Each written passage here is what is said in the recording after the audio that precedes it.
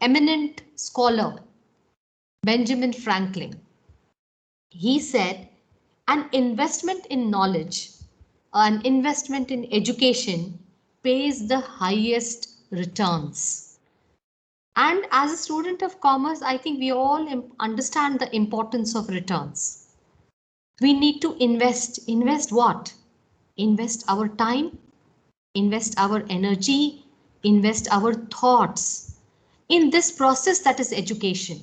And education or learning is a lifelong process. It doesn't have a beginning. We learn right from the time we are in our mother's womb. And my dear students, I would say that we should keep learning till we take the last breath of our life. For it is this learning which is going to help us tide over any and every situation, any challenge that the life throws at us and successfully get out of it. As Babasaheb Ambedkar said, as a student, you need to really put your heart and soul into this studies. स्वतःला व्यस्त करा शिक्षणामध्ये. That is what he said. And what you get out of it, or what your life in future is going to be a reflection of this time effort that you invest as a student in your education. I know we are learning online, so it's very easy to get distracted. But remember, these wise words of wisdom, which are coming from various eminent people, is not something we get every day. So, my dear students, what I would like to say is pay attention to what is said in these webinars. Of course, your subject is important, but even when you listen to people who come and talk here, they give some amazing ideas, amazing tips that can help us grow, that can help us make a career ahead. And I'm sure many of you who are sitting here want to make a career in teaching. At least I do hope that you want to make a career in teaching. And for that, we do require to take examinations like NET set, maybe a PhD entrance test. And who better than us, than somebody like Professor Yashodhan Mithare, with his immense experience, he's going to share some words of wisdom with us. So without further ado, I'm going to stop talking here because I also wish to listen to what Sir has to say. I'm going to stop and give it back to you, Veena. Veena, take the charge of the session and let us move forward. Thank you. Yes. Thank you, ma'am. Now, I would like to introduce you all to our today's guest, Dr. Yashodhan Mithare. We are honored to have Sir as the Associated Dean, Faculty of Commerce and Management, Savitribai Phule Pune University, and Professor of Department of Commerce, H.V. Desai College, Pune. He also has had a varied experience of 26 years in various fields of accounting, business administration, and communication. He has also had the positions in different universities and institutions, such as being the chairman, Board of Studies in Accountancy, Pune University, member of Academic Council, member of Apex Council, Pune University, Pune Educational Complex, Doha, Qatar, and many more. Under his guidance in research field, 10 students have completed PhD in business administration. 7 students have completed their MPhil in business administration. More than 50 research papers in various peer-reviewed and UGC core listed journals have been published by Sir. We are honored to have such an experienced personnel to guide us through. I would now like to request Dr. Yashodhan Sir to take over. Over to you, sir. Thank you, Veena. Respected Dr. Supriya Patil, Madam, respected Dr. G. Shamla, Madam, and all my friend student. I always call students as my friend because they are almost at par. There is only one examination in say between, and then once you clear it, then we are at par. Then there is hardly any difference because there are two things, because I actually look at you as future teachers, because MCOM is the qualification which is required only to become a teacher. Except teaching, there is no other field which requires a postgraduate in commerce qualification. So I believe that you simply have come here because of two reasons.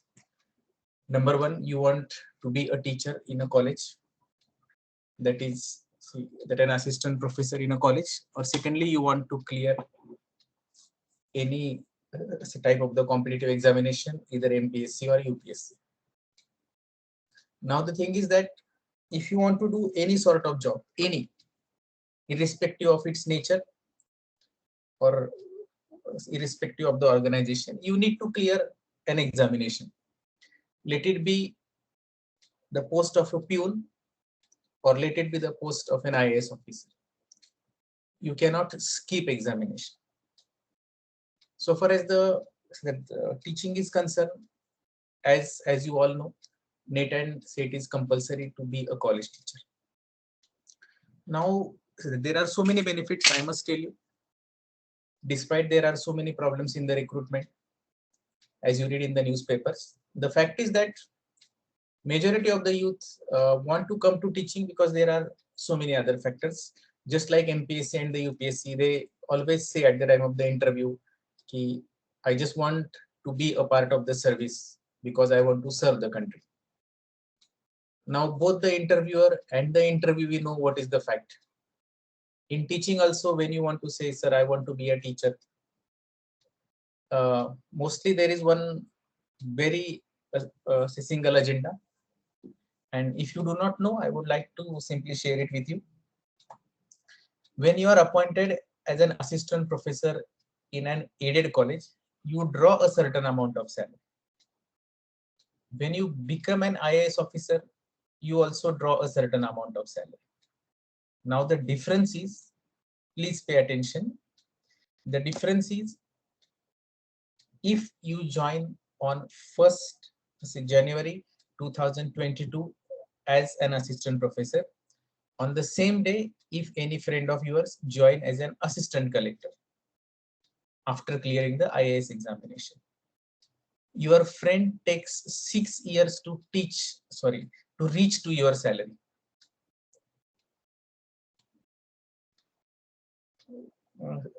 Am I clear? An IAS officer needs 6 years of service to reach the salary of an assistant professor at the time of joining. So in simple words, an assistant professor draws more salary than an IAS officer. Now the thing is that public outside always say college teacher ला कुठं काय काम असतं, 2 lecture घ्यायचे, 3 lecture घ्यायचे, ते पण subject to the availability of the students in the class, आणि मग ते काय रिकामेच असतात, मग त्यांना एवढा पगार कशाला. There are two types of the teacher, you please remember, because I simply look at you as the future teachers. When they complete 25 or 30 years of the service, I simply classify all the teachers into two parts, 1 into 30 and 30 into 1. 1 into 30 is they have 30 years experience. Whatever they have learned in the first year, they just continued it for next 29 years. They have not learned anything else. They have not done anything else, and they are proud that they have 30 years of experience. Mithare sir, can I please disturb you? Your screen is not visible, sir. काहीतरी error येती है. Presentation? हो, काहीच I have दिसत not नाहीये. yet started the presentation. Okay, पण ते काहीतरी green दिसतंय, तुमचा चेहरा सुद्धा दिसत नाहीये म्हणून. ओके, ठीक आहे sir. Let me check. Okay. Can you see the presentation now? Yeah, atta. Oh, yes, sir. Okay. Yes. Oh. Okay, and the second part is 1 into 30. Those teachers who work really hard every day, every month, every week, they are learning something new, and then at the end of the 30 years, they have a very rich experience to their credit. Now you have to decide what type of teacher you want to become. So let us start. The primary target of all the postgraduate students is to clear the NET/SET examination because it is the essential part. Some of the students or even the teachers, those who are not able to clear the NET/SET examination, They say that the government has said that PhD is also equivalent to NET-SET. Unfortunately, as you can see, the government is saying that PhD and MPhil is not an option to NET-SET. So NET-SET is a must. Now, today we are trying to see what is the NET-SET examination, why it is required, and I have heard so many teachers saying that paper 1 of NET-SET, most of the teachers find it difficult. They say in paper 2, we can simply easily clear the paper, but so far as paper 1 is concerned, it is very difficult to clear. It is not like that. Only thing is that syllabus of UPSC, MPSC and NET-SET is more or less same. The benefit is, if you study sincerely, if you study as per the norms, chances are very high that you will be able to clear NET-SET, MPSC and UPSC at the same time. There are certain basic things. The candidate who wants to appear for the NET-SET examination must be a postgraduate. He should have got at least 55% marks, very importantly, without grace in the MCOM degree. If the candidate belongs to SC, ST or physically handicapped, he will get a concession of 5% in total marks. So, earlier in NET-SET examination, there were 3 papers. Paper 1 was objective, paper 2 was also objective, and then paper 3 was a descriptive paper. But now, as per the new norms, there are only 2 papers, paper 1 and paper 2. Paper 1 is of 100 marks. There are 50 questions and all the questions are compulsory. Actually, there are 60 questions. Out of 60, you have to attempt any 50 questions and the time available is 60 minutes. The problem is, majority of the students are not able to clear the NET-SET examination in the first attempt is they are not very conversant with paper 1 and syllabus of the particular paper. Because in paper 1, there are so many things which we have not studied during our graduation. It is the paper which is based on the teaching and research aptitude. Total questions are 50 and then we have to answer the 50 questions. Each question has 2 marks. So there are in total 100 marks. In the event the candidate simply attempts more than say 50 questions, first 50 questions attempted by the candidate would be evaluated. I will explain you later what does it actually mean. Now the thing is, if you see the syllabus of paper 1 of NET-SET, only 5 to 10% of the total syllabus is related to commerce. So majority of the teachers and most of the students say that our job is to enter the class and to teach the students what is given in the books.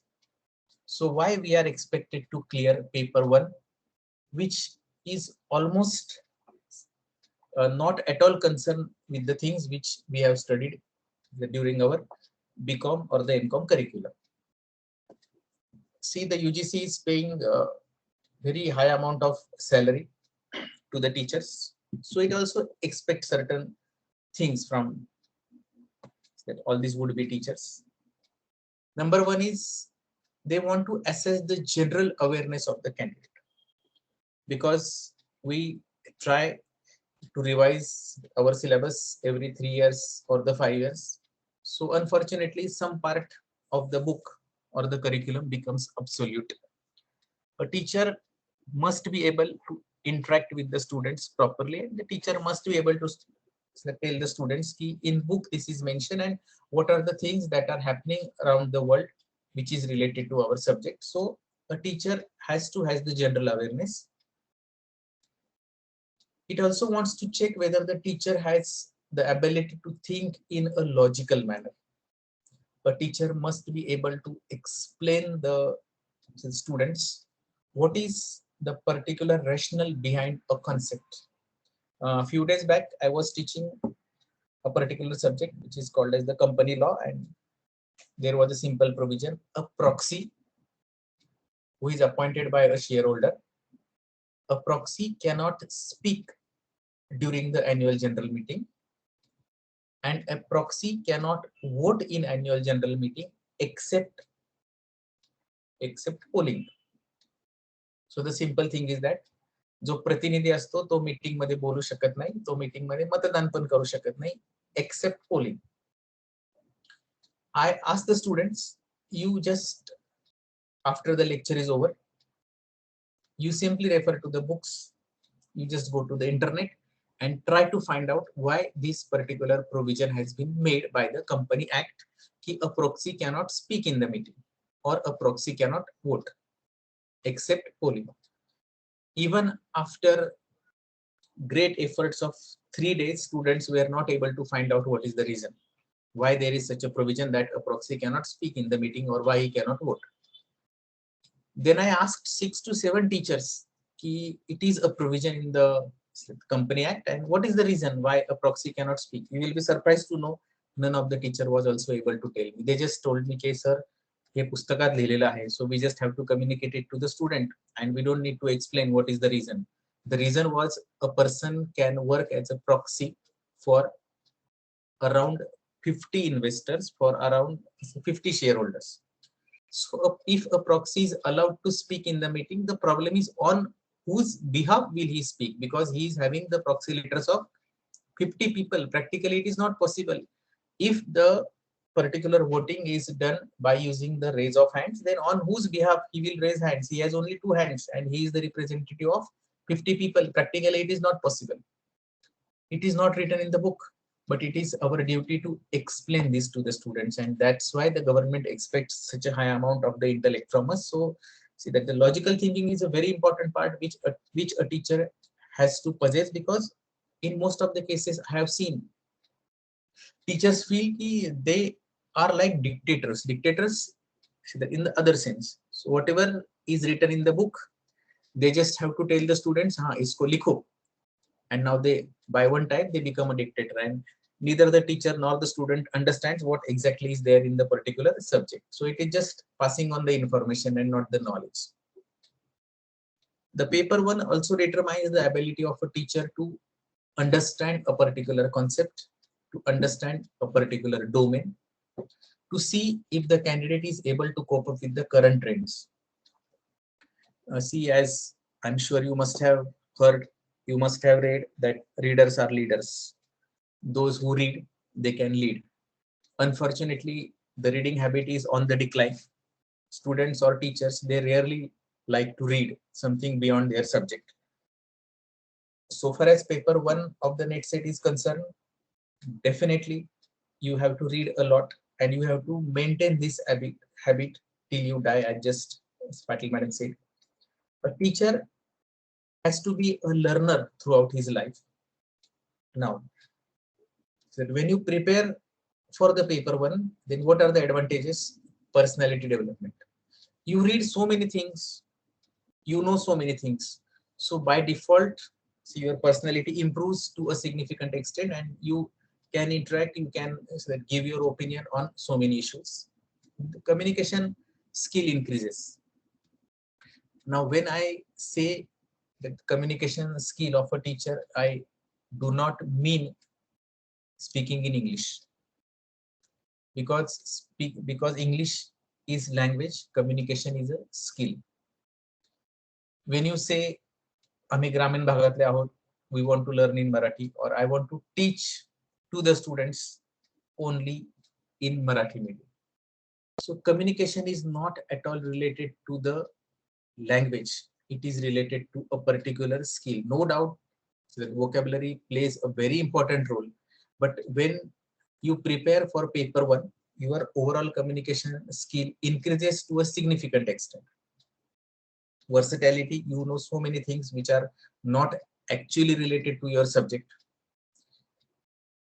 Nowadays, see, the situation has become so challenging that students in most of the cases know more than the teacher. So a teacher has to be always on his toes, and he must strive that his knowledge should be more than the student's knowledge, which actually rarely happen, because the students have very quick access to the technology, internet, and they can immediately find out whether what the teacher is saying is right or wrong, or see whether the information is latest or not.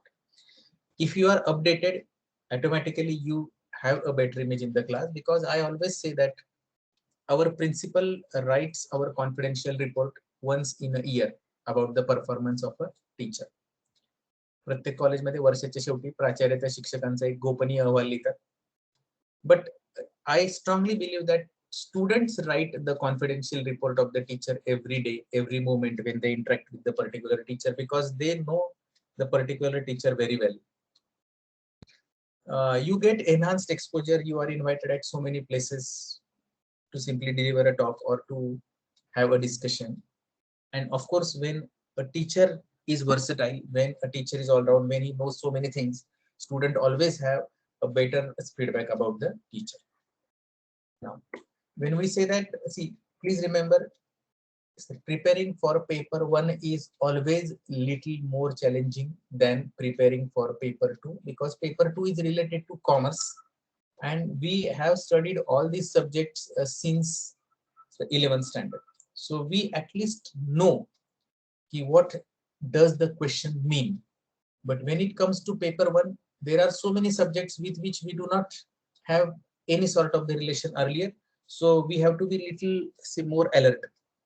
Now what happens, unfortunately, when a student fails in NET/SET examination, I have never seen the students who have failed with a margin of 25 marks, 30 marks, 40 marks. It never happens. Students always fail with a margin of 2 marks, 3 marks, 1 mark, 4 marks, not more than that. And those who fail in NET/SET examination, one strange thing I have observed, that their previous academic performance is exceptionally good. They have got more than say 90% marks in 12th.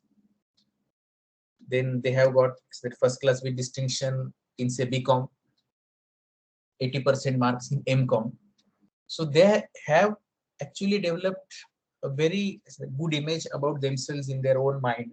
So they say, I have been a scholar throughout my academic career, so I will not fail in the examination, because it is called a state eligibility test, and the word test is always underestimated. We feel like it is just a test, I will surely clear, and then you are not able to clear. And then students do not easily accept, I'm not able to clear the examination because I'm responsible for it. It never happens. Student always say all the questions were out of syllabus. Paper setters ko kuch nahi aata. I have studied so much, but they did not ask a single question from the books that I have referred to. And then what actually happens? You think that you are absolutely right, and the problem is with the UGC. And with that closed mind, you just continue to attempt to appear for the examination, and the results do not change.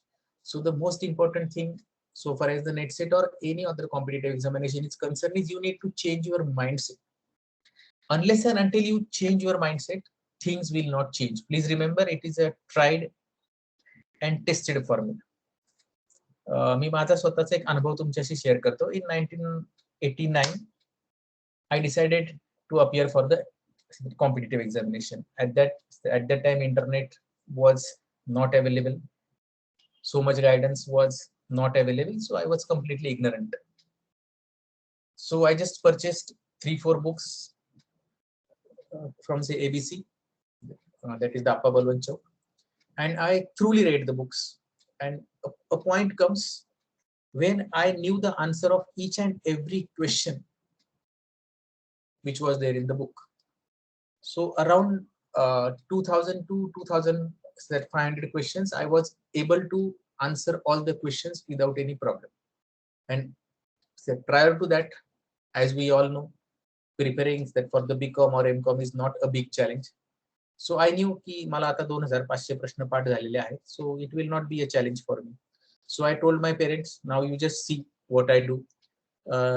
after 8 months, I would be a deputy superintendent of police or I would be a deputy collector. You just go on seeing, dekhte raho abhi kya hota hai. And I was very confident. When I actually appeared for the examination, when I saw the question paper, not a single question from those 5 to 6 books which I had studied was there in the examination. So I don't need to tell you what was the result, but at that day I understood that there are two things which actually limit your performance. One is to be overconfident, and second is a very rigid mindset की मला सगळं येतं आणि मला काय problem येणार नाही. It doesn't happen.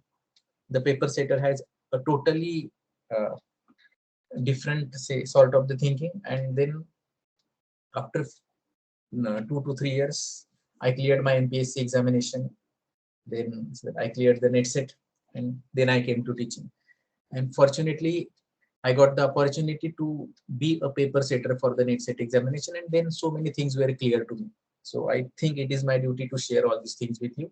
So first thing is, keep your studies aside. That is altogether a different thing. Your academic performance does not guarantee your success in the net set examination. First of all, you need to change your mindset. You be a learner. You should be a learner not for the net set examination, but for the lifetime. Now, the prerequisite is you should always set at 0. Now, what is the meaning of setting at 0? You always consider that 11th, 12th, FY, SY, TY, MCOM Part 1 and MCOM Part 2. I have studied so much and I know everything. This is the particular thing which leads to failure. So whenever you are trying to appear for any sort of the competitive examination, please set yourself at 0. What is setting at 0? Start learning from the basic rules of accounting. What is the meaning of debit? What is the meaning of credit? What do you mean by the personal account? What do you mean by the real account? And so many things. Because when you pass in a particular examination, you actually learn nothing. When you fail, you learn so many things. So you have to set at 0. You have to refer to the books of 11th standard, 12th standard, first year, because there are so many things which we overlooked and still we passed. But in net set examination, it does not happen. So you must tell your mind कि आपको कुछ नहीं आता, and you do not need to, you just don't need to tell this to your mind. It is a fact. Because at the time of the teacher's interview, so many times it happened. I asked the teachers कि if there is a cash account, we always write the opening balance to the debit side of cash account as to balance brought down. What is the reason? I repeat, my question is very simple. When we prepare a cash account, opening balance of cash is always recorded to the debit side as to balance brought down, correct? I asked the teacher, can you tell me what is the reason why it is recorded to the debit side? Invariably, everybody tells me it is a practice that it is recorded to the debit side. What I expect is cash is an asset, all assets have debit balance, but they do not know this because their teachers have not told them. So you cannot say माझ्या टीचरने मला शिकवलं नाही म्हणून मला येत नाही. It is not an excuse. When you set at 0, you will look at the syllabus even of the 11th standard in a totally different perspective, and then you will tell me, sir, I did not know so many things from the 11th standard also, and now I know these things. So that is a prerequisite. You must set at 0. Some important things which you must remember. Your academic background does not guarantee success in net set. SETNET is a totally different type of examination. Whatever we have studied till MCOM is a different sort of domain. We have learned a skill how to write the answers of a descriptive examination, and when it comes to net set, it is objective, it is MCQ based. Now I must clear one of your misunderstanding here only before we start our session. Majority of the students feel that when an examination is MCQ based means there is a question and there are 4 answers to the question. Out of 4, 3 are right, 1 is wrong. Yes, conceptually this is right, but when it comes to net set, please remember that there is one question, there are 4 answers. Almost all 4 are right, 1 is more right. and you have to find out the one which is more right, which is a very challenging job, because if there is a question, when was NABARD established? You know that NABARD was established in 1984. The answers are June 1984, 15th June, 16th June, 18th June, and 22nd June. In that case, you are confused. So the basic purpose of the examination is to find out to what extent the candidate has learned the facts. Secondly, you may be very good at your subject, but that is not enough. You might have got 100 out of 100 marks in accounting, management, or communication. It is not sufficient, because the questions cover that part of the syllabus which you might have neglected as it is insignificant. Now, this is very important, not for NETSET, but for your entire life. You have to elevate your acceptance level. Trust me, I have seen teachers appearing for NETSET examination for 15 years, 16 years, 20 years, and during those 20 years, they have appeared for the SAID examination for at least 80 to 100 times. Unfortunately, it is true. Now, a question comes, why they are not able to clear? Because it's a simple thing. It is not like ki unko kuch nahi aata. The thing is that their attitude, their mindset, and they are not ready to accept ki there is something which I need to learn. They feel I am already MCOM. I have a teaching experience of 10 years. So how it is possible ki mujhe kuch nahi aata? This examination is totally different. So unfortunately, if you are not able to achieve success, you must be able to increase your acceptance level ki yes, there are certain things beyond my knowledge and I have to work on those things. Unless and until you change your mindset, unless and until you change your acceptance level, it is very difficult to clear the examination. And even if you clear, it is very difficult to stand in front of the students and to answer their queries. Very important thing is, if you keep doing what you are doing, you will keep getting what you are getting. Very simple. If you prepare for this particular examination in a particular manner for say 6 months or 1 year or say 2 years, even after preparing for this particular examination for 2 years, if you are not able to clear the examination, then you need to stop. You need to take a pause and think what went wrong. Of course, if you have a very good relationship with your mind and heart, your mind will definitely tell you if these are the mistakes which I have made during the preparation. Then you have to change the style of preparation. Normally what happens, our ego is so high that you feel I cannot do anything wrong. Whatever I have done so far is right, and I will continue to do the same things in the same manner. And then what will happen? You will keep getting what you are already getting. So the result will not change. What needs to be changed? A perception that only books are enough. Please remember, books are not enough. There are so many things beyond the books which you should know. Sometimes you feel it is an MCQ based examination. I will only read so many books.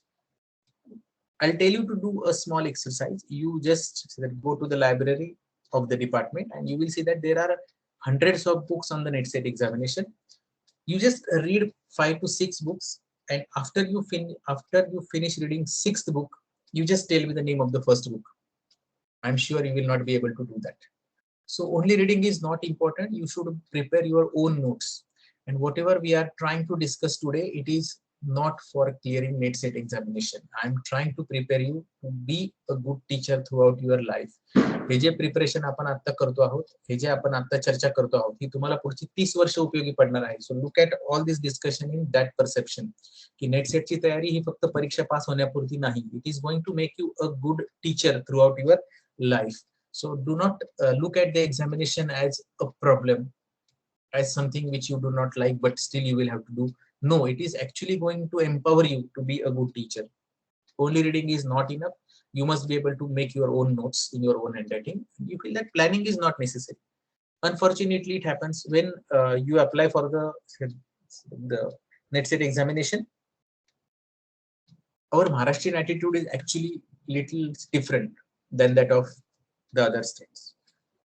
I have seen the students, they appear for NETSET examination and then they just don't study. They start studying when they receive the hall ticket. And if I ask them why you didn't start your preparation immediately after you have applied for the same examination, he say no, hall ticket nahi aala ta kai. So he feels की जर hall ticket नाही आलं तर माझी सगळी तयारी via जाईल. So he doesn't want to take a risk. What he does, he start the preparation only after he has received the hall ticket. And you know what happens, that the result of this particular examination, when I cleared the examination, was 1.25%, and now it is around 4 to 5%. So clearly we can say that 95% of the students fail in this examination.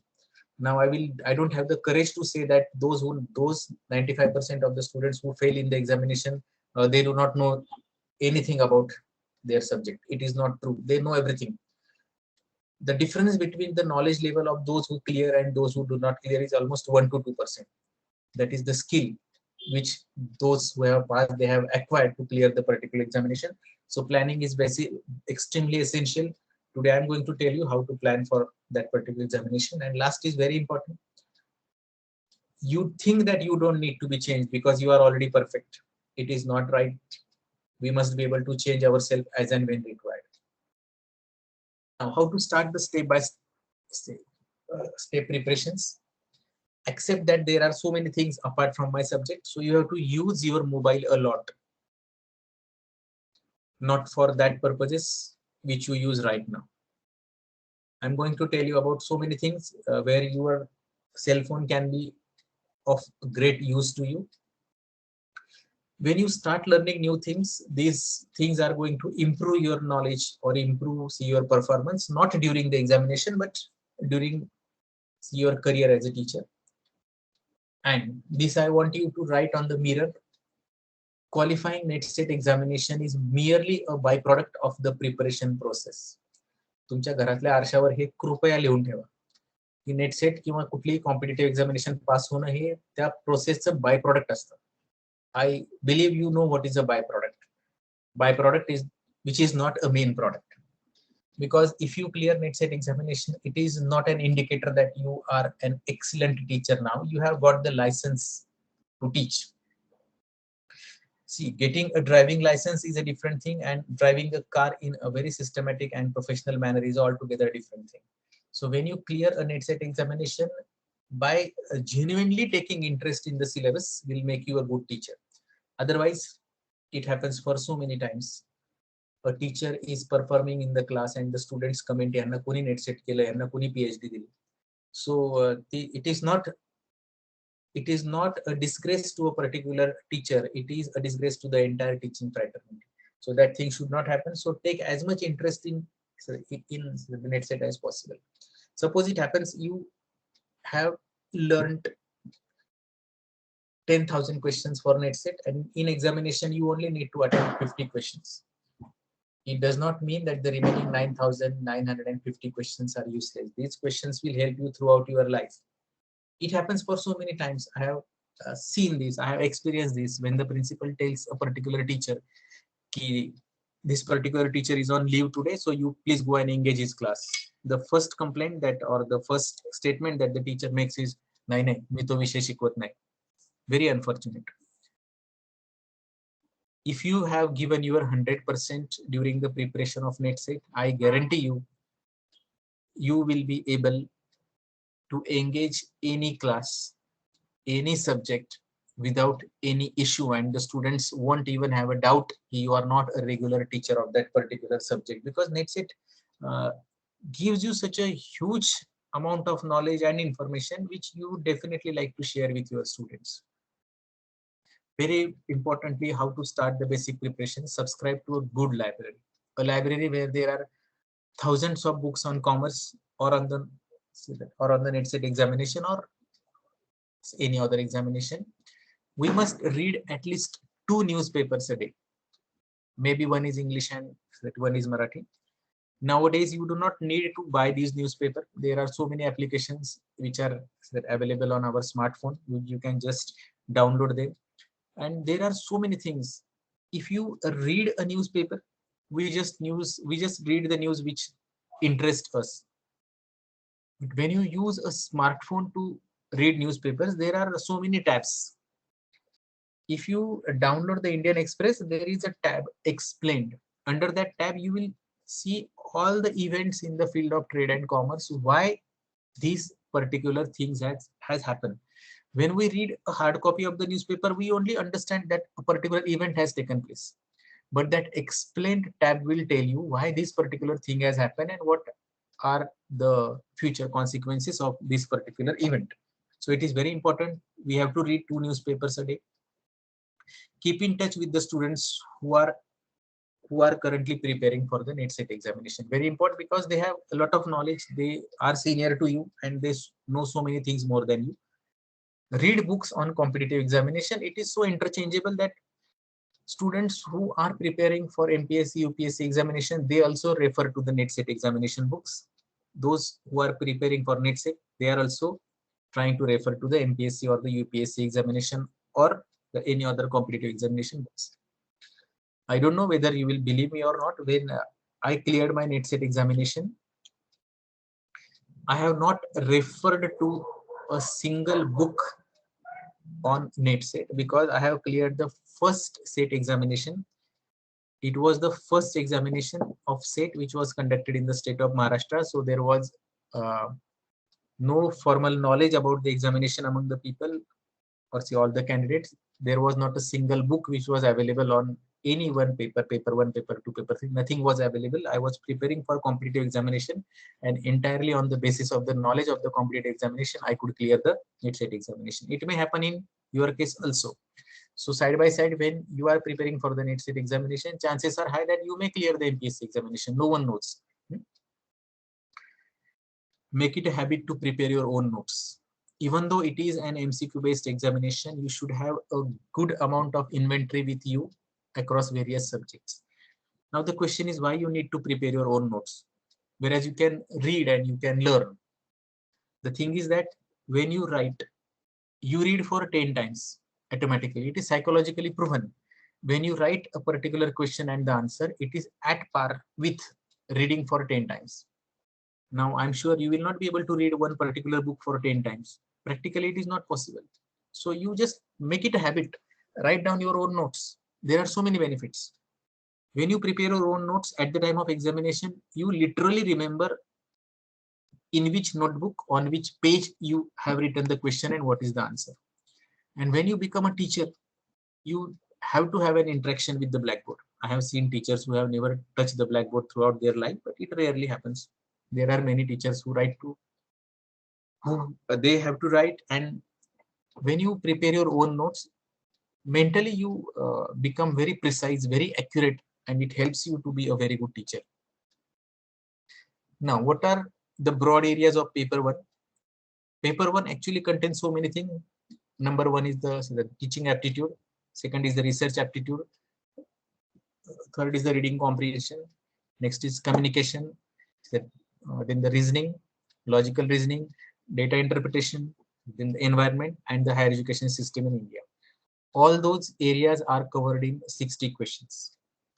So it is my advice, like UPSC examination, don't try to find out की मागच्या वर्षी कोणत्या topic वरती किती प्रश्न विचारले गेले, मग त्याचं वेटेज बघून मी तसा अभ्यास करेल. Don't do that. Because we are going to be teachers, our profession is very different than the others. Apart from teaching, I'll tell you, you go to any other profession, their routine is same. What they are doing on the day 1, they continue doing the same for next 20, 30 years. But in teaching, things change every day. It is a very dynamic profession. And if you want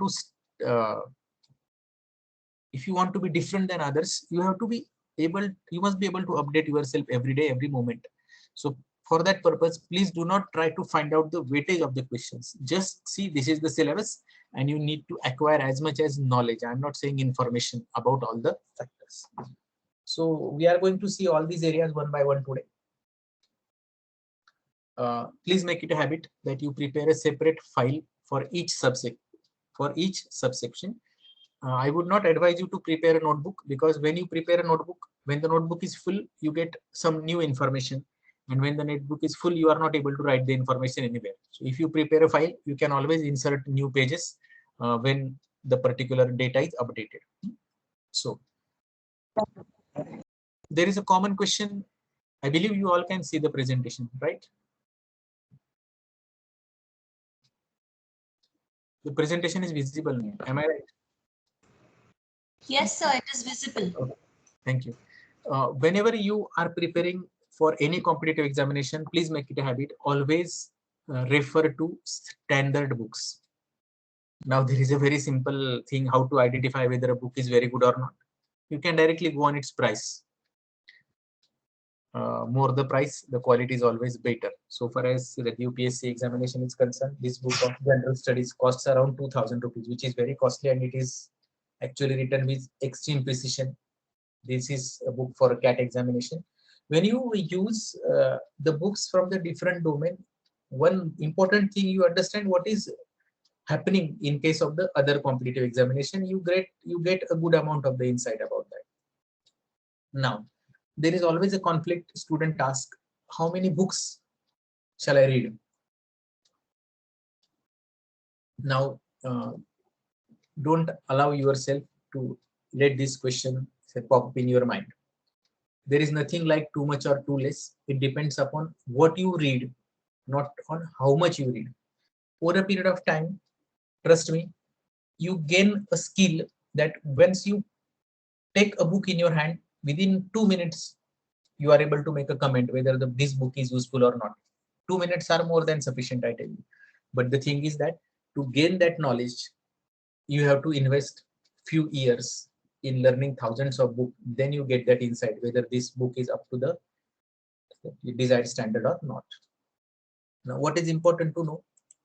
Please remember, NET/SET examination is MCQ based examination. So the paper setters want to know whether you have domain knowledge of certain terms or not. So there are so many questions which cover the terminologies. So before you start referring to the reference book, you will get so many small books which contain the glossary of a particular subject. In glossary, that only mentions what are the various terms which are used in that particular subject. I will explain later. Glossary means the basic concepts of the particular subject. If you are not comfortable with any subject, you read that glossary books first, so that you will get an insight what is the meaning of this particular term.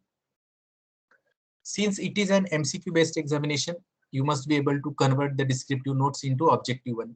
It will happen for so many times. You have read 10 to 12 pages by investing 1 or 2 hours, and you have got only 2 or 3 questions. Don't get frustrated because of this, because the reference books are usually of 300-400 pages. So I will tell you a technique on how to refer to the reference books. Now, there are so many dictionaries which are available in the market, which are subject-based dictionaries. Please remember this, it is very important. Before you start reading the reference books on environmental science, please purchase a dictionary of environmental science. What will happen within 50 to 60 pages, you will come across at least 400 to 500 terms which are used in that particular subject. Once you familiarize yourself with these terms, obviously what will happen, you know so many things about the subject, and when you start referring to a reference book, since you already know all the terms which are used in the subject, it becomes very easy to understand the particular book or the contents. You can also refer to the objective examinations in the objective questions in the university examinations, and you can also refer to the question papers of competitive examinations, not only of NET/SET but of any other examination. Usually when students ask what are some good books on the environmental study, what are some good books on the higher education system of India, and if I tell you 2-3 names, then you go and borrow these books from the library, and when you see the books, it is very difficult to lift the books because it has 600 pages, 700 pages, 800 pages, and then you get frustrated. You say, for one subject I have to refer to such a heavy book, then what will happen about other subjects that is only for paper 1? I have to repeat the same process for paper 2. It is very difficult. The work is extremely voluminous, and how I will be able to clear the examination? As I told you earlier, do not torture yourself by adopting some wrong ideas. Confine yourself to the syllabus only. If there is a reference book on environmental science, do not jump on the book and start reading the book. This is wrong. You will get frustrated. We have to work in a little systematic manner. What we have to do, Please remember that entire reference book is not required to be studied, even if it has 30-40 chapters, 700, 800 pages, not required. Always keep the syllabus at hand. Take 10 to 15 printouts of the syllabus and keep a copy of the syllabus in each room. Keep one copy of the syllabus in your sack. Please ensure that the syllabus is available to you at any point of time. So whenever you come across any reference book which is prescribed for the NET set examination, always take out the syllabus, take out that particular section and tick mark the items which are given in the syllabus, whether they are there in the reference book or not. I repeat, you have to find out the items related to the particular subject in the syllabus. What does the syllabus wants to cover? What does the syllabus contain? Tick mark only those items in the reference book and tick mark after tick, read only those chapters. There is absolutely no need to read the entire reference book. It is not required at all. You may be required to read 1, 2, maximum 3 chapters. Entire book is not required to be studied. You must learn to filter the index. Otherwise, what will happen? You will say, in NetSet, I have to study environmental science. So I will refer to all the books of environmental science. You are unnecessarily wasting your energy. See what the syllabus expects and study only that particular segment which is mentioned in the reference book, which may be of 2 pages, 3 pages, 10 pages, not more than that. That is called smart work. Now, usually students have a common comment, sir, ते काय पण विचारतात. ते काय पण विचारतात is not true. Paper setters always confine themselves to the syllabus. After setting each and every question, paper setter very stringently see whether a particular question is beyond the syllabus. I guarantee you that not a single question till now has been asked in the NET set examination which is beyond the syllabus. We always try to stay within the syllabus, because if a student proves that this particular syllabus, this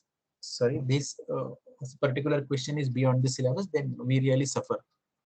So paper setter always ensure that there is not a single question beyond the syllabus. Yes, you may come to me with the question paper and see, sir, हे बघा 1, 2, 3, 4 या 4 मधला कुठलाच प्रश्न syllabus मध्ये नाहीये. Number 1, it will never happen. Number 2, very important, you may not get the question in the syllabus. The question is enveloped in a different manner so that you will not be able to understand the question. For example, as we all know, literacy rate of Kerala is highest in the country. Everyone knows. You will not get a question for NET set examination. Select the state with highest the literacy rate in the country. You will not get such type of question. You will get a question that which state spends highest amount on the primary education. Because to increase literacy, we have to give primary education to the maximum number of people, which require a lot of funds. So the logic is, if you invest more, you will get more results. So the question is, the question should be which state has largest literacy rate, but the question is which state spends highest amount on the primary education. You should have that logic. So after you have that logic, then you will understand not a single question is out of the syllabus, but it is framed in such a manner that it looks like that it is not in the syllabus. There is a common thing. Please remember, the books which are used by the students and the books which are used by the paper setters are same. Only thing is that after a particular information is selected for a question, it is framed by using different words, by using a different structure, and you fail to understand, you fail to recognize that particular question. And that is the skill which is expected to be learned. Now in section number 1, there is a teaching aptitude. Now what does it contain? It contains objectives of teaching, training versus teaching, phases of teaching, or the elements of the teaching aptitude. Those who have done B.Ed, they find themselves very comfortable with this particular syllabus. Now let us directly go to what type of questions are asked. Now, whatever questions we are going to see for next say 1 hour, all the questions have been extracted from the question paper of SET examination. So I will try to explain you the basic purpose of today's session is, I must share it with you. I just forgot it earlier. Students fail with a margin of 2 marks, 3 marks, 5 marks, 6 marks. The purpose of today's session is, if you attend this session very carefully, if you try to learn all the tricks and all the techniques, you will get at least 10% marks extra without knowing the correct answer. So I will try to teach you how to answer the questions perfectly when you do not know the correct answer. There are certain tricks which you must know, and once you learn the tricks and techniques, I guarantee you that irrespective of the time of exam, irrespective of the type of the examination, you will get at least 10% extra marks. Where you would have got 0 marks, definitely by using that technique, you will get at least 10% marks extra, and with the help of which you will definitely be able to clear the examination. In most of the cases, common sense plays a very vital role. Now, one more thing before we start. To clear the examination, your English has to be reasonably good, because when you tick a wrong answer, in majority of the cases, it is not like that you do not know the correct answer. The thing is that you have not understood what does the question mean.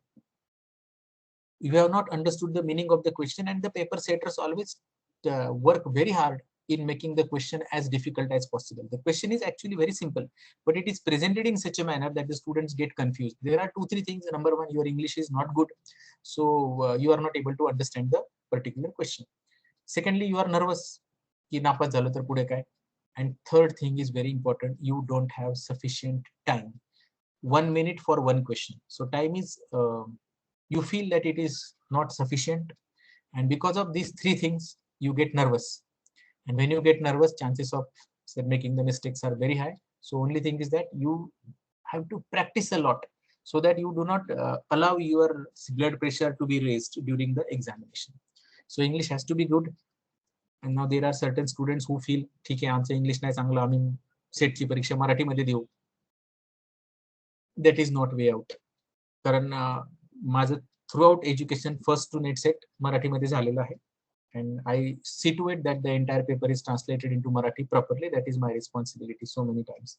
So if you see, when you say मला जर एखाद्या प्रश्नाचं उत्तर इंग्रजीमध्ये नाही कळलं तर मी मराठीमध्ये जाईल, तिकडे वाचेल आणि बरोबर उत्तर देईल. It is not as simple as that, because that Marathi is of a different standard. When you read a question in the question paper, what do you mean by dumping? And there are 4 options. Now you do not know what is the meaning of dumping. So immediately your mind tells you, अच्छा डम्पिंगचा अर्थ माहित नाही ना, आपण आता मराठीमध्ये जाऊन डम्पिंगचा अर्थ समजून घेऊ आणि इंग्रजीमध्ये उत्तर देऊ. So when you go to the Marathi version of the question paper, you read the question, and the question is, अवपुंजन म्हणजे काय? Now I'm sure at least 50% of the students who are present here are Marathi, and 100% of them have never heard the word Avapunjan in their life. Can the students speak, Shamla madam? Sir, they can unmute and speak, no problem. Okay. So those who are Marathi, Students, you are requested to unmute and speak, please. If you want to speak, तुम्ही मला खरं सांगा जे मराठी आहेत. Have you heard the word Avapunjan in your life? I'm sure no. No, sir. No, sir. I know. So please remember की तुम्ही सुटका नाही करून घेऊ शकत इंग्रजी पासून मग मी तिकडे मराठी जाईल. ते मराठी खूप जास्त कॉम्प्लिकेटेड असते. So you have to have a reasonably good command on English, because nowadays almost Marathi medium colleges are not there. You have to communicate with the students in English. So for that purpose, your English has to be reasonably good. So the question is, teaching is a tripolar process because it consists of. Now the first trick is, I must tell you, entire question is not important. Some words in the question are very important, and you must be able to find out the words in the question which is very important, because if you start reading the entire question, it consumes a lot of time which we cannot afford, because we have an extremely limited time at our hand. So what is the trick? When confused, eliminate the options that are not right. Now in this this particular question. The question says teaching is a tripolar process. Tripolar means something which is dependent on three things. So the question is trying to ask what are the three important things for successful or for an effective teaching. Now we have four options: child, teacher, and curriculum. As you know, we don't understand anything wrong. In option 2, school. As we all know, formal school building is not required because of the corona we have seen. Without school, teaching can take place. Very simple. Without book, teaching is possible. A few teachers will strongly disagree with me, but it is possible to teach without book, and you can teach in a very effective manner without book. And as you all know, parent and principal sometimes are the major impediments in the process of learning. So what it is asking, teaching is a tripolar process because it consists of, so in every option from B, C, and D, there is one option which is not right. So the option which is left is there has to be a learner, there has to be a teacher, and there has to be a particular agenda that is to be taught. So option A is right. So even if you have not read the particular book, even if you have not came across a particular say questions at the time of study, you can use your common sense and answer the particular question. Which of the following is not a quality of a good teaching? Now, very important. Whenever you read a word not in a question, always be very alert, because this question is going to misdirect you, number one, and it is going to take a lot of time, number two. And third, eventually you are going to take the wrong answer in most of the cases. When the word not is there, you should be very alert. And the first thing that you have to do is remove the word not from the particular question. When the question contains the word not, remove the word and reread the question, because our brain is not trained to read the negative questions, and when we try to read a negative questions, we usually do not understand what it exactly means. So we have to make the question assertive or positive. If I remove not from the question, see what will happen. Which of the following is a quality of good teaching? Now the question has become assertive. It creates emotional instability. The duty of a teacher is to make the student emotionally stable. So A is not the correct answer. It remedies the children's the difficulty. Good teaching tries to solve the problems of a children. It eliminates a student's problem in the classroom. A teacher tries to remove the problem or to help the student. It enriches the student's potential. So whatever are the potentials of a particular student, a teacher tries to bring it out. So out of these four, B, C, and D are the options which are in favor of teaching.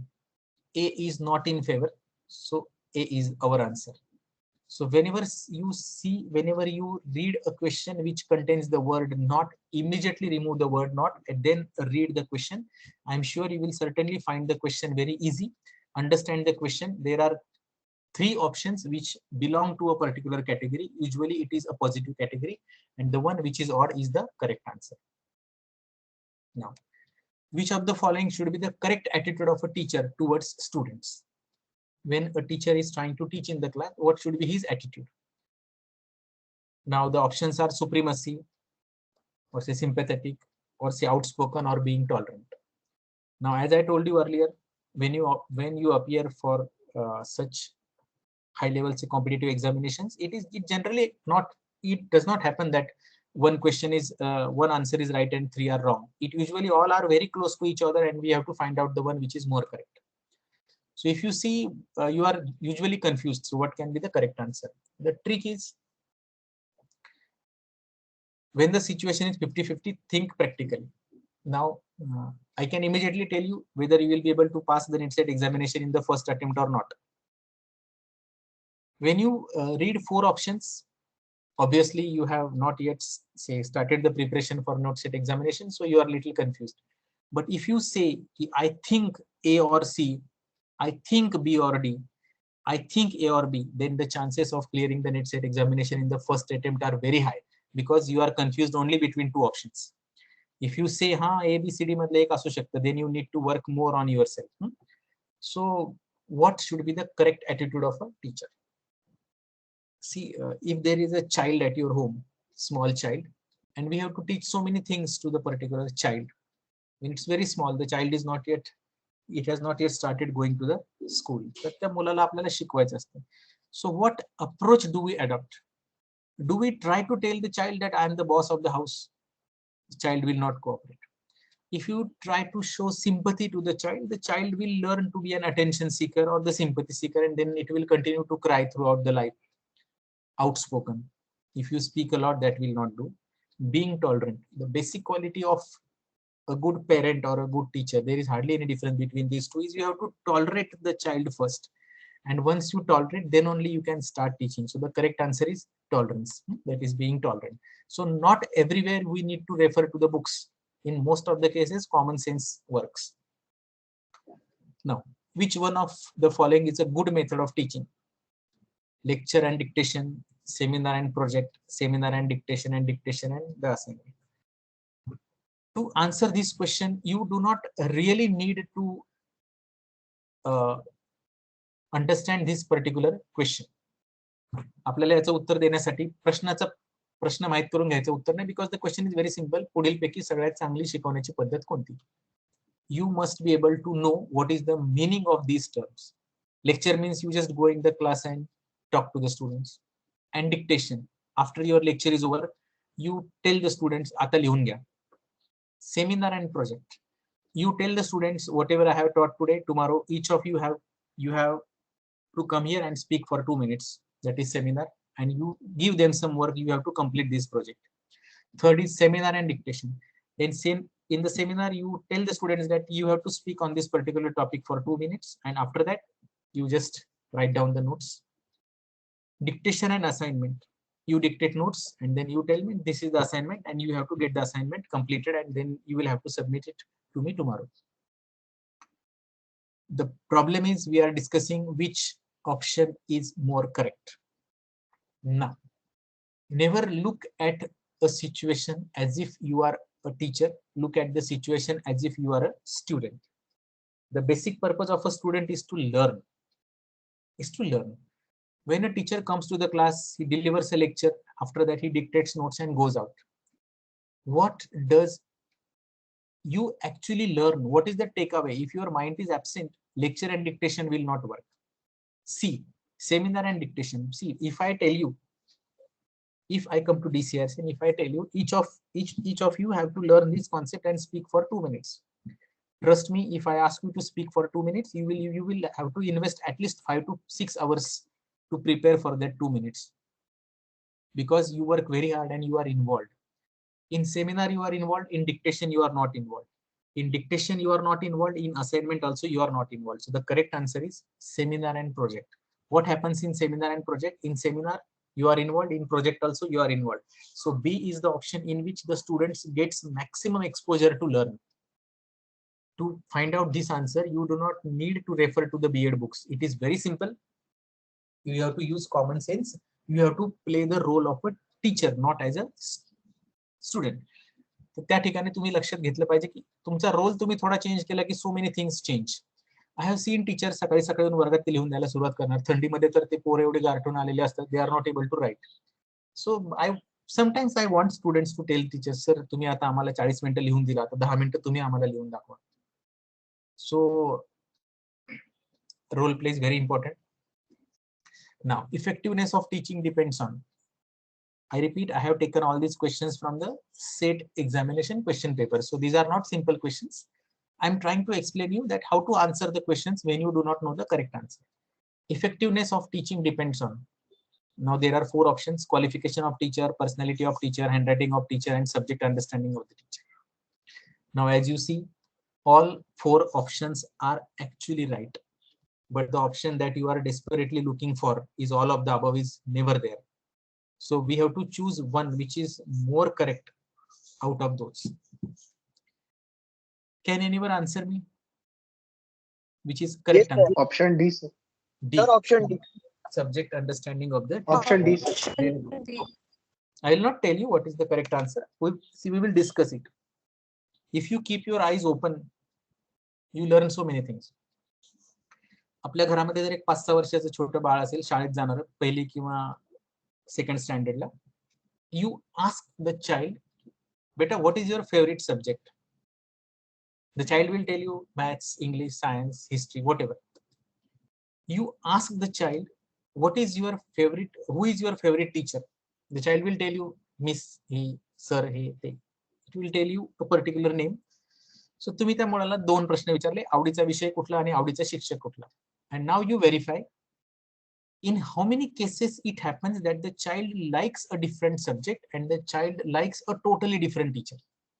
It never happens. It is a psychology which is applicable not to the particular child, but it is applicable to a postgraduate student also. First you like the teacher and then you like the subject. It happens very rarely that you like the teacher but you do not like the subject which is taught by the teacher, or you like the subject but you do not like the teacher. Qualification is essentially there. Handwriting of the teacher, it is not a criteria, because then if the handwriting is good, then we will say that all painters are good teachers. It does not happen. Subject understanding of the teacher, see, please remember, having knowledge of a particular subject is altogether different thing, and then delivering the knowledge to the student in a very effective manner is altogether a different thing. If the personality of the teacher is impressive, students get attracted and they automatically develop a liking for a particular subject. So the correct answer is personality. There are so many questions during the NET-SET examination which are very tricky, and prima facie you may find are kiti sopa hai, but it is actually not like that. So personality is more important comparing to the other subjects. Second is the research aptitude. As we know, in MCOM also we learn the research. So there are few questions about research also. You may find these questions little difficult because you have not yet formally started studying the research. There is a very simple question. What do you mean by synopsis? The answer is whether it is the blueprint, extract from the research observation, a plan of the research, or a summary of the findings. I have seen students, they want to register themselves for the PhD, so they have prepared a document and they tell me, sir, माझा synopsis तयार आहे, मी कधी आणून देऊ? I just look at the student in a very sarcastic manner. तो बाळा, तुझ्याकडे synopsis तयार आहे, तर तू PhD कशाला करतो? Directly तू तुझा thesis submit करून टाक ना. So we do not know these terms. Make it a habit to use specific terms, not only during the research, everywhere. Synopsis आणि प्रपोजल आपल्याला एकच वाटतं.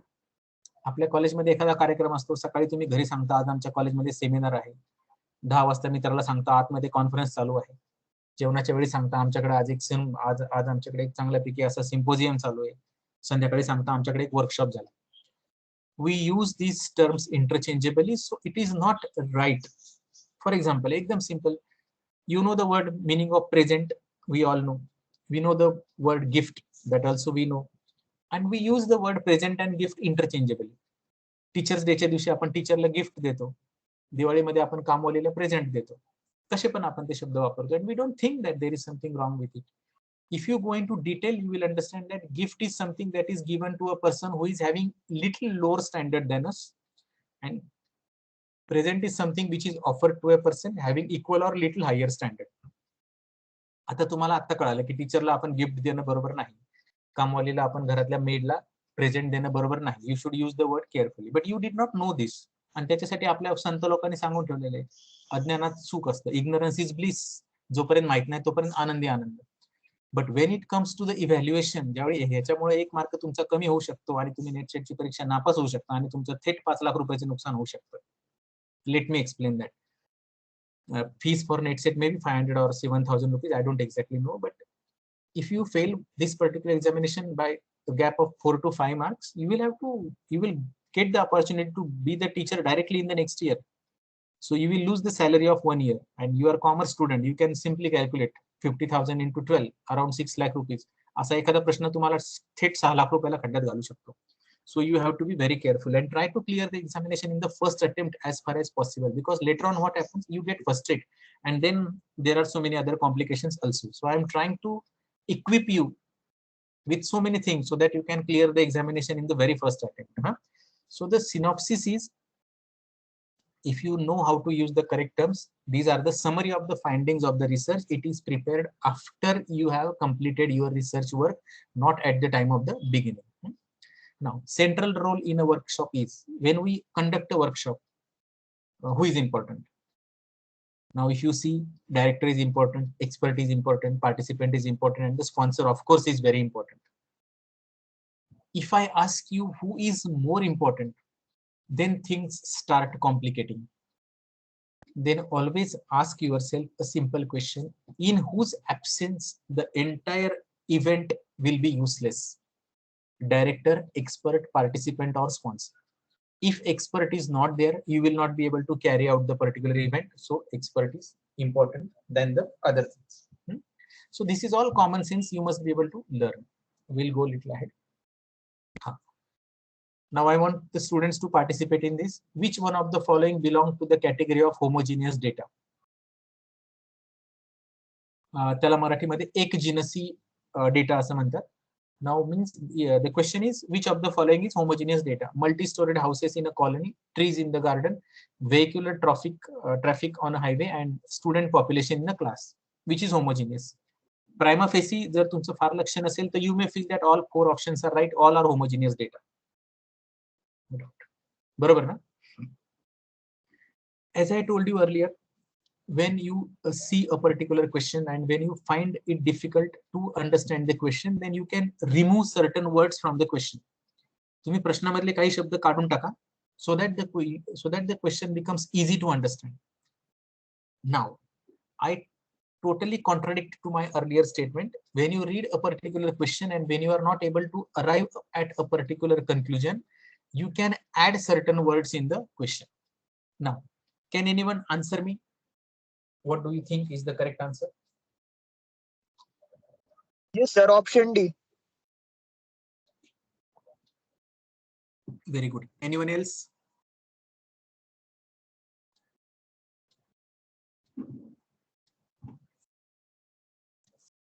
Anyone else wants to try? Okay. What is the meaning of homogeneous?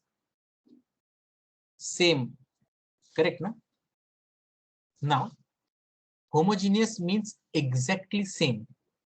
Earlier, I told you to remove certain words from the question to make it easy. Now, I am telling you, you can add certain words to the question if required. If I tell you now, if I reread the question, which one of the following belongs to the category of homogeneous data? Homogeneous means same. Now, I want to add exactly same.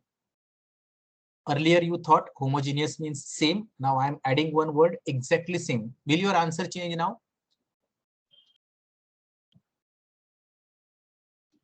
Yes, sir, it will change. It will be? It will Exact. change, sir. It will change. Yes. Same and exactly same मध्ये खूप फरक असतो. If I add one particular word, exactly same, will your answer change? Yes, sir, answer will change. Answer will change. Now, what in your opinion is the answer after you add a particular word in the question? Sir, I think it is A, multi-storied house. You are right. Absolutely correct. I tell you, student population is a class is homogeneous because they all belong to 7th standard, 8th standard. But you cannot say exactly same because they have a different familiar background, different cultural background. Their height is different. So many things are different. So they may seem homogeneous. They may seem same. They are not exactly same. Vehicular traffic on a highway, there are vehicles. No doubt homogeneous, but exactly not same. One is tractor, one is car, one is truck, one is bus, one is bike, not same. Trees in the garden are not always same. But when you say exactly same, multi-storied houses in a colony are exactly same, size is same, color is same, everything is same. So when you are confused what can be the correct answer, please add or delete the words as per the requirement. Now, one thing you will say, आता आम्हाला हे पण सांगा कुठल्या प्रश्नामध्ये words add करायचे आणि कुठल्या प्रश्नामध्ये delete करायचे. There is no hard and fast rule. You have to learn it over a period of time. Only after practice you can command this. This cannot be learned overnight. अचानक होऊ शकत नाही. प्रॅक्टिसने तुम्हाला ते जमेल. कुठल्या प्रश्नामधले शब्द काढून टाकायचे आणि कुठल्या प्रश्नामध्ये नवीन शब्द टाकायचे. It is very interesting exercise. I tell you, do not look at the entire exercise as a trouble to you. Look at the entire exercise as something very funny, something very interesting which you would like to learn. If you make it interesting, things will automatically change. Now, Next part is communication. We all have studied business communication, and almost 70 to 80% of the questions are close to the business communication. But the thing is that I tell you, all the questions are within the syllabus, but the questions are framed in such a manner students find it little difficult to understand the meaning of the question. The ability to communicate effectively depends on the educational level, can be learned, or depends on not using technology, or it is natural talent and cannot be learned. It's a question which is based on the common sense. Can you say ability to communicate effectively depends on the educational level? No, sir. Our prime minister is a very good example of this. Does it say, can you say that if you do not use technology, you will not be a good communicator? No. If you say it is a natural talent, then there are so many academies, there are so many institutions which teach you how to be an effective communicator. So the answer is ability to communicate effectively can be learned. It's very simple. Now, informal communication network within the organization is known as informal communication. We have studied this in SYBCom. What is the meaning of this? Interpersonal, intrapersonal, mass communication, or gray point communication? Option D, grapevine. Gray point is absolutely right. It is the correct answer, because when it comes to informal, it is gray point. But suppose now you have cleared your NET/SET examination, and now you are standing in front of the students and you are explaining them what is the gray point communication. You will say, this is the definition. Please write down. असं तुम्ही सांगणार मुलांना. Gray point communication means informal communication network within the organization. झालं? परीक्षेला तुम्हाला येईल याचं उत्तर असं लिहा. Suppose, unfortunately, a student asks you, Madam, why it is grape wine? How it is related to grapes? Then what will you answer?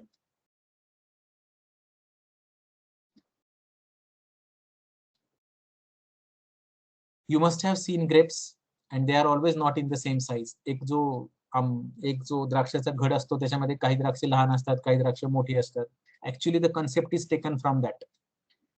Informal communication हे शिपाई एखादी बातमी सुपरवायझरला सांगू शकतो, सुपरवायझर एखादी बातमी क्लर्कला सांगू शकतो, क्लर्क एखादी बातमी मॅनेजरला सांगू शकतो. सो इट इज लाईक एखाद्या द्राक्षांच्या घडासारखं. So it is known as grey point. If you are on Quora, QUORA, you will get information about so many things की आपल्याला कल्पना पण नसते की याचा अर्थ असा होतो. It's very interesting to learn new things. Now, the meaning of the term communes means differences, normal, sensation, or etiquettes. Now you will say, sir, I need to refer to the book of business communication. On the first page only, the author must have mentioned the term communes. The term communication has been derived from the term communes from this particular language, so on. पण आता माझ्याकडे पुस्तक नाही, so I am not able to answer. All these things that you are going to learn today or onward, that will help you to be a very good communicator when you become a teacher. Now you do not know the correct answer, right? So basically, communication means any interaction that takes place between two people, correct? Now, I'll tell you one very simple instance. You have a friend and you are very close to each other. You meet each other every day and you greet each other in a very nice manner. तुम्ही सकाळी सकाळी भेटता, छानपैकी एकमेकाला greet करता, चहा प्यायला जाता, आणि you do so many things together. Suppose one day you see your friend in the morning and you try to talk to him and he suddenly gets very angry. He gets very infuriated. एकदम तुमच्यावर तो चिडतो. So what is the first question you ask? तुमचा मित्र जर समजा नेहमी तुमच्याशी खूप चांगलं बोलणार एका दिवशी तुमच्यावर अचानक चिडला, तर तुम्ही पहिला प्रश्न काय विचारता? Anyone can answer, no problem. What is the first question that you ask? Yes. The first question that you ask is, बाबा सगळं ठीक आहे ना? Everything is normal. सगळं ठीक चाललंय ना? Are you okay? So communication means when you interact with each other in a very cordial manner, which means that a person who communicates is normal. So the word has been taken from the term normal. It actually means normal. याच्यासाठी तुम्हाला business कम्युनिकेशनच्या बुकचा अभ्यास करण्याची गरज नाही. याच्यासाठी you need common sense. Common sense is very uncommon and it is very difficult to develop.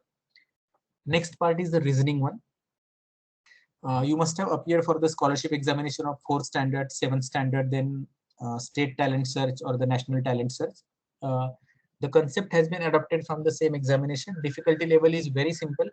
7th standard ची difficulty level आहे, but still we have to practice, no doubt. Without practice, because the thing is that if you do not practice, I don't say that you will not be able to solve the particular question. It will take a lot of time and you cannot afford to waste a time, because you need to solve one question in 1 minute.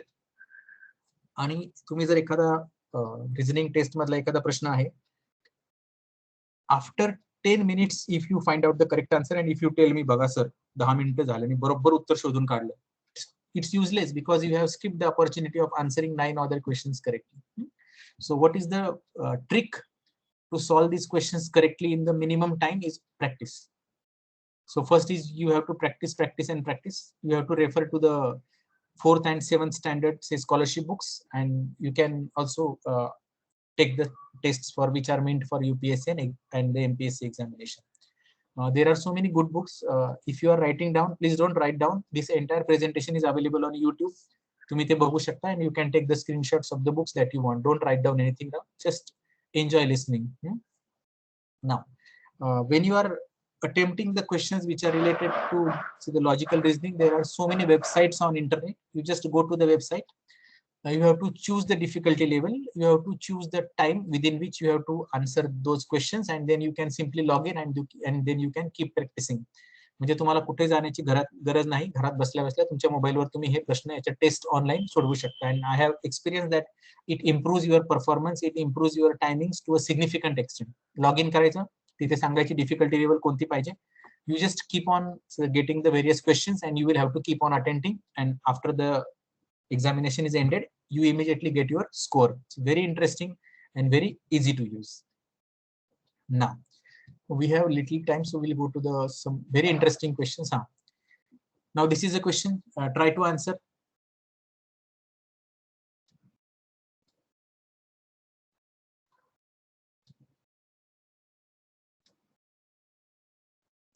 What would be the number after 170?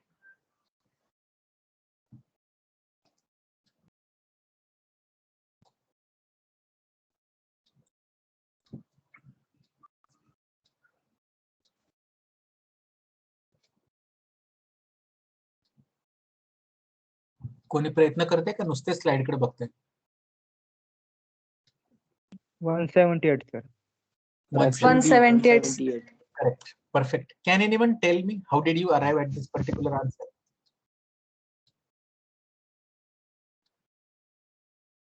Please remember, here you need to be effective and you need to be efficient at the same time.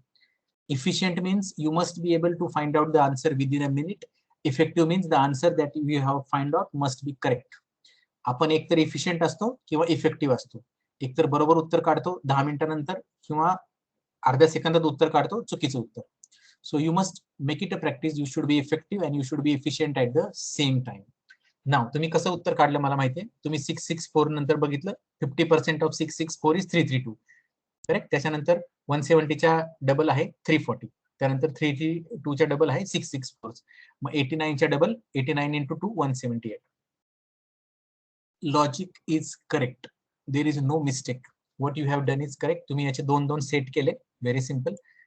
पहिला set हा होता तुमचा, correct ना? दुसरा set हा होता. Am I right? आणि हा तिसरा set.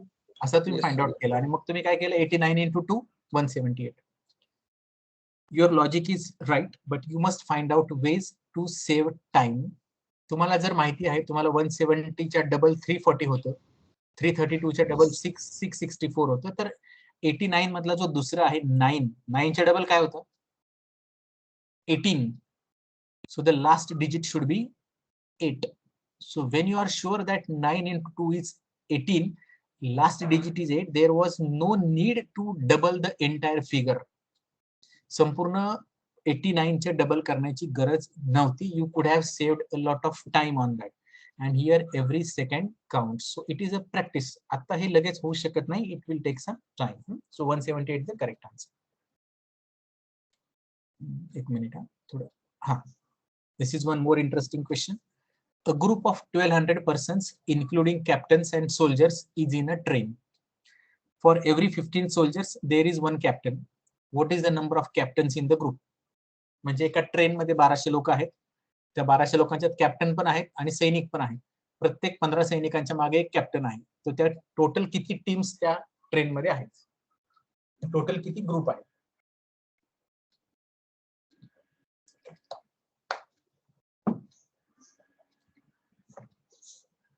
18 sir. 80. 80, sir. 80. 80. Yes, sir. Yes. Okay. अच्छा, can anyone tell me कसं काय फाइंड आउट केलं? मी सांगतो तुम्ही काय केलं. You divided 1200 by 15. Am I right? Yes, sir. बरोबर ना? I must tell you की नेटसेट एक्झामिनेशन is easy. नेटसेटची परीक्षा सोपी आहे. पण एवढी पण सोपी नाही की 1200ला 15 ने भागणं हे त्यांना प्रोफेसर कडून अपेक्षित आहे. No. You must be able to read between the lines. जे लिहिलेलं नाही ते वाचता आलं पाहिजे. If you read the question properly, it is a C. हा परत प्रॅक्टिसचा भाग आहे. उत्तरापेक्षा प्रश्न खूप महत्वाचा असतो. आणि I have seen there are so many students, ते आधी ऑप्शन वाचतात नंतर प्रश्न वाचतात. आय डोंट नो त्याच्यातून त्यांना काय समाधान मिळतं, पण completely wrong method to read a question. तुम्ही प्रश्न नीट वाचला. There are 1200 persons in the train. Yes, right. For every 15 soldiers, there is one captain. So what is the total number of captains? Please try to understand. एका team मध्ये how many people are there in one team? 15 or 16? ज्या गोष्टीमुळे तुमचं उत्तर चुकलं त्याचा problem इथे आहे. 16 sir. Yes, now there you are. Every 15 soldiers there is one captain, which means that a team consists of 16 people. 15 soldier plus 1. If as a paper setter इथे एक 1 हा शब्द जर अक्षरात टाकण्याचे जर मी अंकात टाकला असतं, 1 डिजिट तिथे लिहिलं असतं, तर I am sure 100% of you must have combined 15 plus 1 is equal to 16. 1200 divided by 16 is 75. But what they have done here, in place of using the digit, they have used the word, and त्याच्यामुळे तो तुमच्या नजरेतून पूर्णपणे skip झाला. You could see only two figures, 1200 and 15. तुम्ही काय केलं, पटकन 1200 ला 15 ने डिवाइड करून टाकलं 80. So you have to be very alert. वर्गात अशी पोरं असतात जे आपल्यासाठी खूप मोठमोठी आव्हानं रोज उभी करत असतात. For those type of students, you need to be very alert, and this is an examination. This is a test through which you can make yourself very alert. Very importantly, आलं तुमच्या लक्षात? And the major benefit of NetSet is you learn how to frame a question, which will help you throughout your life as a teacher. So answer is 75. Now, again, very interesting part. In a certain code, CASUAL is coded as GEWYEP. How is people coded in that particular language? Now you have 4 options before you. Anyone can try. तुम्हाला आवडेल काय याचं उत्तर असू शकतं?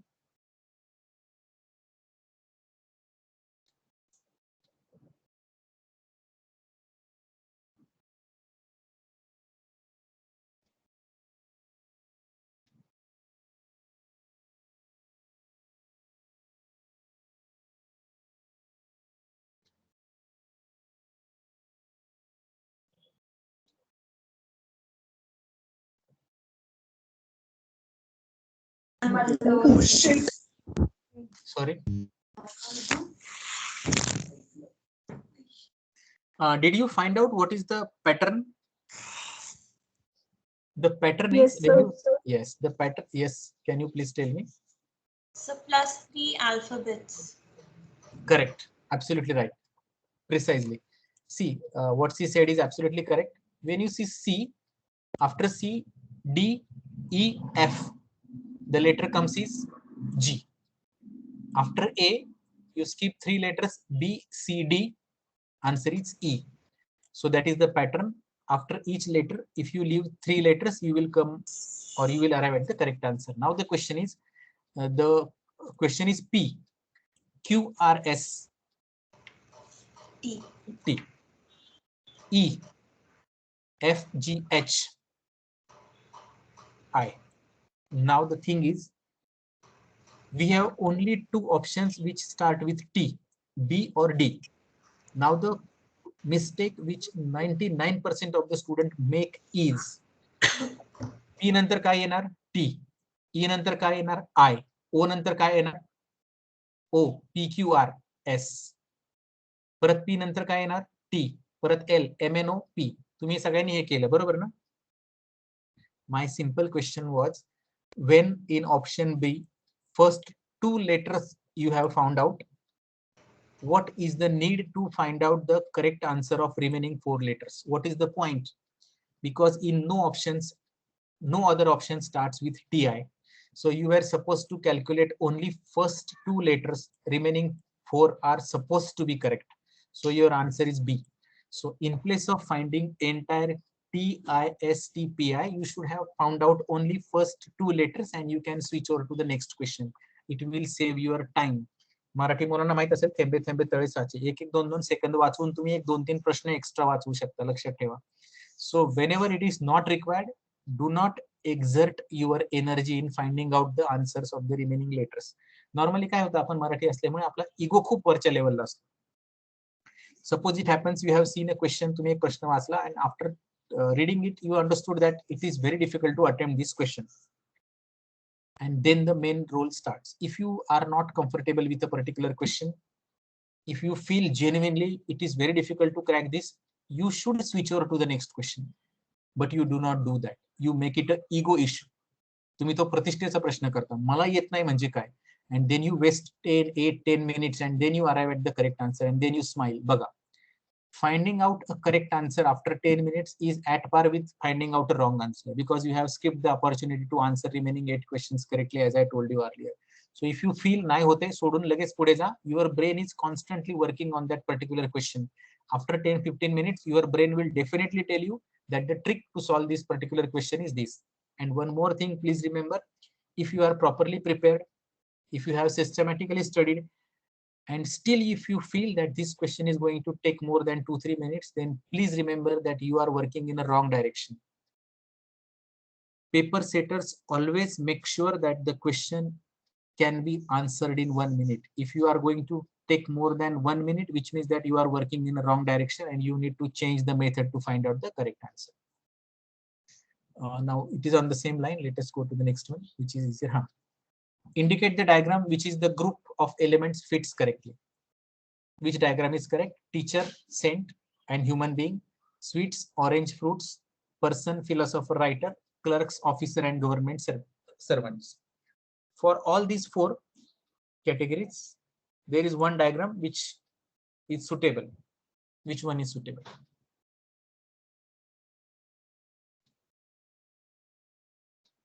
The last one. Yes, this one, absolutely right. Because if you see teacher and saints, both are human beings. Here you can say teachers, here you can say saints. So it is the correct one. I again tell you, हे असं पटकन एका दिवसात तुम्ही नाही शिकू शकत. It takes time and it is very interesting thing to learn. So as you keep on progressing, you will start taking more and more interest. Next part is the information and the communication technology. आपल्या रोजच्या दैनंदिन जीवनातले प्रश्न विचारले जातात. जर paper वगैरे तुम्ही NEET वाचत असाल, you are able to answer the questions very nicely. This is the syllabus. First generation computers used transistors, vacuum tubes, magnetic cores, or the silicon tubes. If you go on internet and if you see that now we have a memory card of 64 GB, 128 GB in our mobile. तुम्ही internet वरती जाऊन बघा, 5 MB चा data carry करण्यासाठी जे device होतं ते 10 लोकांनी उचललं होतं विमानात ठेवण्यासाठी. At that time things were very difficult. Those were called as first generation computers. What did they use? Vacuum tubes. Now this is a technical question. तुम्ही याचं नॉलेज कॉमन सेन्स, याचं उत्तर कॉमन सेन्स वर नाही देऊ शकत. I request all of you, if you have not done earlier, please do a course in MSCIT. That MSCIT course will help you to answer the questions from these segments correctly. And in addition to that, as a teacher, as I have told you, शिक्षकाचा job आजकाल खूप challenging झालेला आहे, खूप कठीण झालेला आहे. It is not at par with other jobs, extremely difficult. And if you are not well versed with the technology, you will be handicapped. So तुम्हाला टेक्नॉलॉजी सगळी आली पाहिजे. So answering this segment will be an added advantage. Now, word processing, spreadsheets, and photo editing are the examples of. Word processing means MS Word. Spreadsheet means MS Excel. As I told you, you can replace words. Word processing means MS Word. Spreadsheet means MS Excel. These are the examples of. These are application software. थोडा अभ्यास केला तर तुम्ही हे करू शकता. आपण काही प्रश्न थोडे पुढे जाऊ. Then next segment is people and the environment. These are some very good books which are available. If you study these books, you will get more knowledge than required. More knowledge than required, which will definitely help you to come up with a picture. Now, the gas released in the Bhopal tragedy was, as we all know, in 1984, the company was, say, the Union Carbide, and the company मधून gas release झाला. So many people died, and they are still suffering from the consequences of that unfortunate event. We all know the gas. What is the name of the gas? Can anyone answer?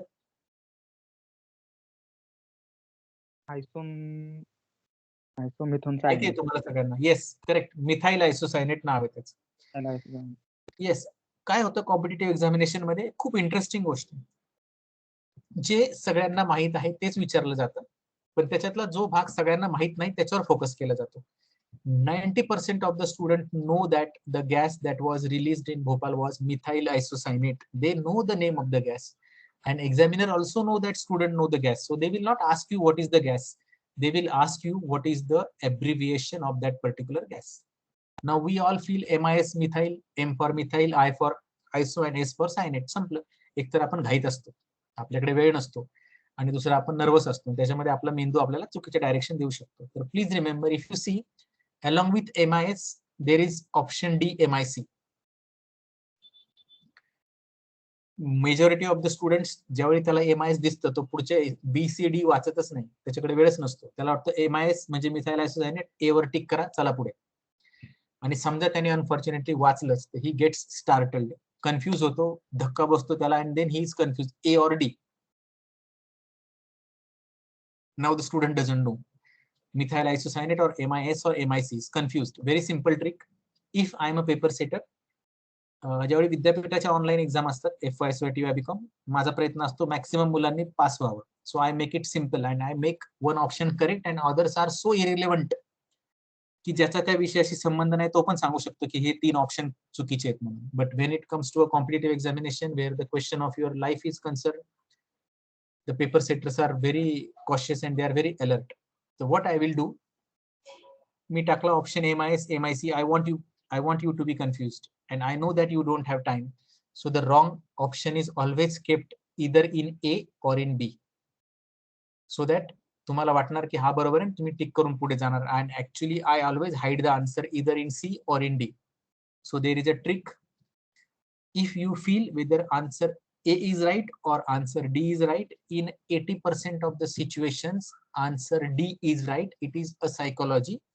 A correct answer is always hidden either in C or in D if you have a conflict between A or D, A or C. A मधला answer normally correct नसतं, कारण because students are in a hurry, they read the option, tick, and they just go ahead, which is the intention of the paper setter. So in future, whenever you are confused between A or D, in 80% of the cases, D is the correct answer. Please remember this. आणि मी जे तुम्हाला सांगते, you just don't blindly trust me. तुम्ही हे घरी जाऊन check करा, MCQs काढा, त्याच्यामध्ये मी सांगितलेले ट्रिक्स वापरून बघा, and then you will tell me that in 75 to 80% of the cases these tricks do work. The pollutant likely to deplete the ozone layer is carbon monoxide, nitrogen oxide, or chlorofluorocarbon.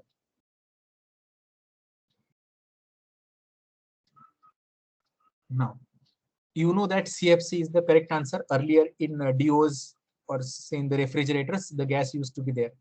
Now in 60% of the cases, I repeat, in 60% of the cases, when the option is A and B, B and C, C and D is there, then the option both A, B and C is right.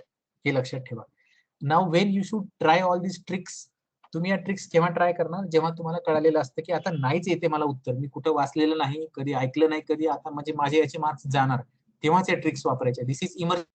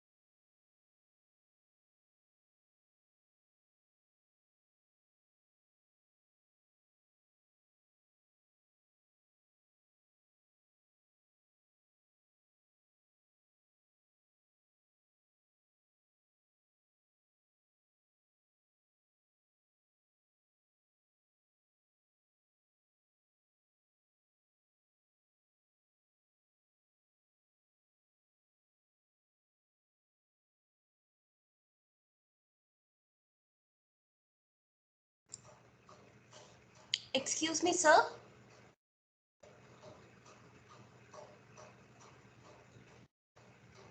Sir, you're not audible.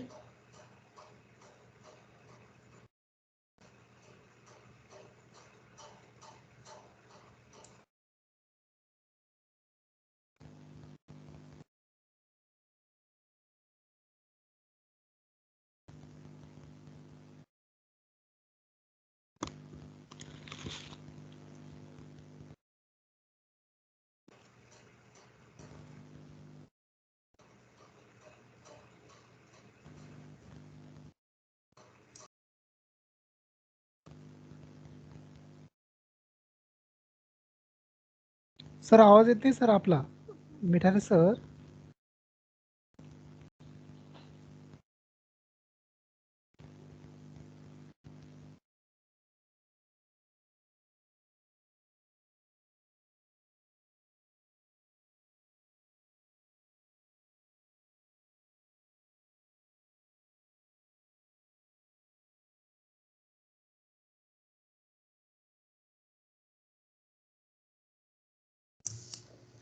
Acha, he's gone.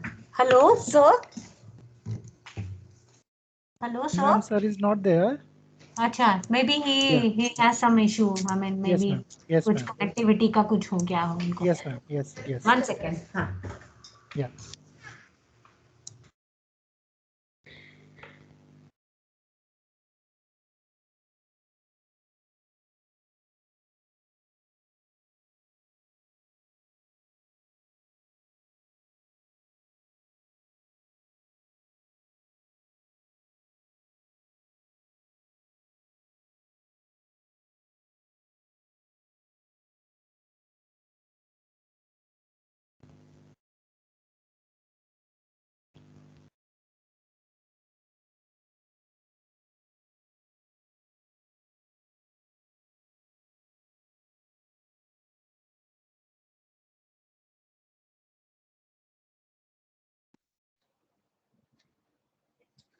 I'm so sorry, there was some connectivity issue.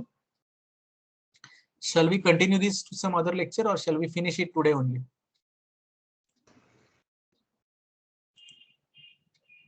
Madam? Yes, sir. Yes, sir. आज इथे थांबवायचं का continue करायचं? Students may get tired, 2 तास झाले. Yeah. Ma'am. Sir आपण घेऊ ना परत एकदा एक सेशन घेऊया ना पुढच्या आठवड्यात किंवा No नंतर problem. So shall we तुमच्या stop here? कन्व्हिनियन्सनी. चालेल, नो प्रॉब्लेम. Yes. कारण next part I want the students to understand. सलग 2 तास झाल्यानंतर कंटाळा येऊ शकतो. आणि सर मला वाटतं काही तुम्ही जर स्टुडंट्सला सांगितलं थोडासा अभ्यास करून किंवा वाचून या तर that will be also very nice. They can come a little more prepared for the next session of yours. That will work. Correct. Absolutely right. Next time we will do that. So shall we conclude with this today, if you allow? Yes, sir. Yes, sir. Yes, sir. Yeah. Thank you for a patient listening. Now I don't know whether it was really patient or not. That is a limitation of online. Shall we? Thank you so much. 1 second, sir. 1 second, sir. You have the vote of thanks coming up. 1 Okay. second. Sir. Yes, sir. Rushali? Rajurka Rushali? Yes, Rushali. Please propose a vote of thanks.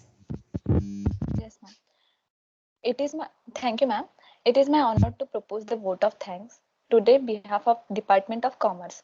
I, Rushali Rajurkar, take this opportunity to thank our guest speaker, Dr. Yashodhan Mithare, for taking time from his busy schedule and sharing his expert knowledge and grooming us about how to prepare for NET and SET.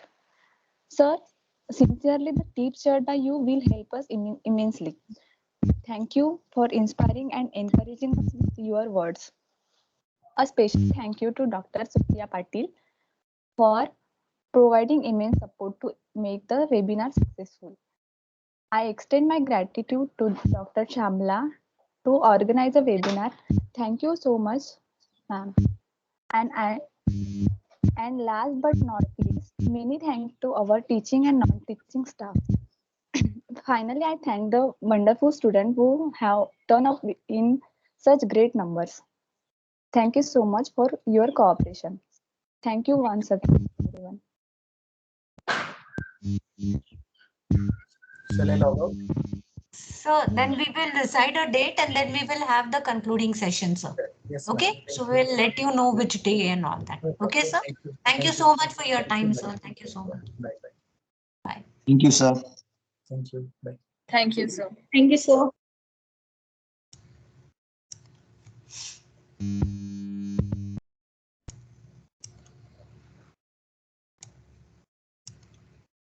Okay, I stop the thing and then, yeah, stop recording.